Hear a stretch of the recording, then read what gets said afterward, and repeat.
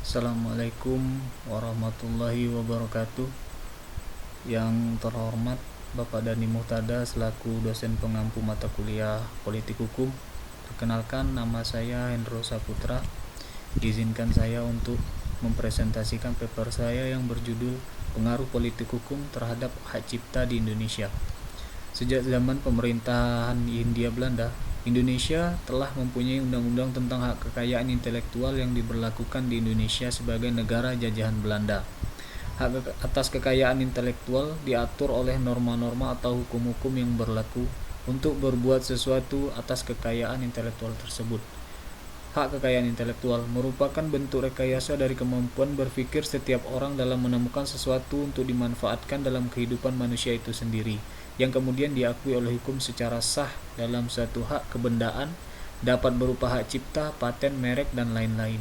Dalam dunia perdagangan dan bisnis, hakim menjadi begitu penting sehingga kepemilikannya harus didaftarkan agar terhindar dari yang namanya pembajakan, pencurian, hingga penjiplakan. Haki menjadi pembicaraan pada hampir semua negara, sehingga dapat menunjukkan bahwa haki kini telah menjadi masalah global dan isu tren dunia internasional. Haki menjadi sangat penting dalam pengaruh terhadap laju perekonomian dunia, sehingga dapat membawa kesejahteraan umat manusia.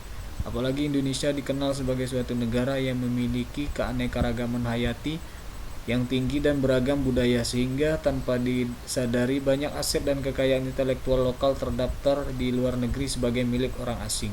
Akibat dari kurangnya kesadaran terhadap pentingnya aset karya intelektual yang menyebabkan kerugian bagi Indonesia.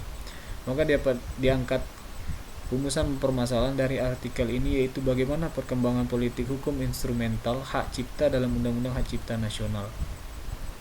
Perkembangan politik hukum instrumental hak cipta sebagaimana dipahami bahwa Pancasila sebagai politik hukum yang ideal, yang kaya akan kandungan moral dan asas-asas atau prinsip-prinsip umum dalam pembangunan sistem hukum nasional. Namun demikian, dikarenakan kaidah-kaidah atau norma-norma dalam Undang-Undang Dasar masih bersifat mendasar dan umum, sehingga sulit menjangkau dan dioperasionalisasikan dalam kehidupan bermasyarakat, berbangsa, dan bernegara. Maka kaidah atau norma-norma tersebut dijabarkan lebih lanjut ke dalam berbagai bentuk peraturan yang dikenal sebagai undang-undang. Undang-undang sebagai suatu norma hukum yang lebih rendah berlaku, bersumber dan berdasar pada norma yang lebih tinggi, yakni Pancasila dan Undang-Undang Dasar. Oleh karenanya, politik hukum instrumental yang terkandung dalam setiap undang-undang harus sesuai dengan politik hukum ideal dan politik hukum dasar yang terkandung dalam Pancasila dan Undang-Undang Dasar.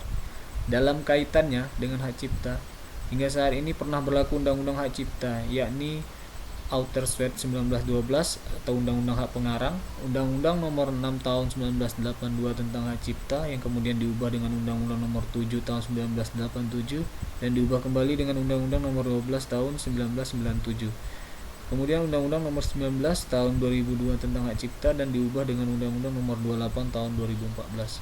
Outterswet 1912 atau yang kemudian dikenal dengan Undang-Undang Hak Pengarang merupakan sebuah undang-undang perlindungan hak pengarang yang diterbitkan oleh Kerajaan Belanda melalui Stadblad Nomor 600 Tahun 1912. Outterswet 1912 sebagai sebuah peraturan hukum yang dijiwai oleh Bern Convention merupakan sebuah peraturan yang lahir di Eropa sehingga disusun berdasarkan watak sosio-kultural bangsa Eropa yang liberalis individualis.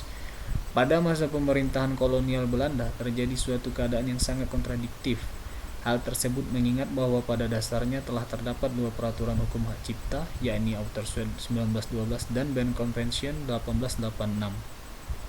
Politik hukum instrumental hak cipta tersebut digunakan sebagai dasar pijakan dalam perlindungan hak cipta. Namun demikian, dalam pelaksanaannya tidak disertai dengan penerapan hukum yang baik.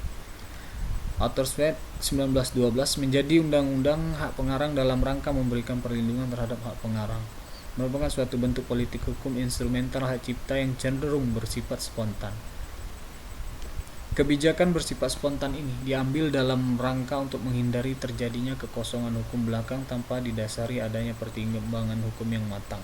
Apakah politik hukum instrumental yang terkandung Outterswet 1912 telah sesuai dengan politik hukum ideal dan dasar hak cipta yang terkandung dalam Pancasila Undang-Undang Republik Indonesia 1945. Mengingat pemberlakuan Undang-Undang Hak Pengarang yang bersifat spontan, maka dalam perkembangannya penerapan Undang-Undang Hak Pengarang tidak dapat dilakukan secara efektif di Indonesia. Hal tersebut dikarenakan substansi yang terkandung dalam Undang-Undang Hak Pengarang memiliki banyak kekurangan, misal dalam hal cakupan pengaturannya maupun sanksi atas pelanggaran terhadap hak pengarang. Diaturnya ketentuan-ketentuan mengenai pengambil alihan hak cipta oleh negara demi kepentingan nasional membuka kemungkinan bagi negara untuk mengambil alih ciptaan-ciptaan yang dapat mendorong perkembangan dan kemajuan nasional khususnya di bidang ilmu pengetahuan dan teknologi.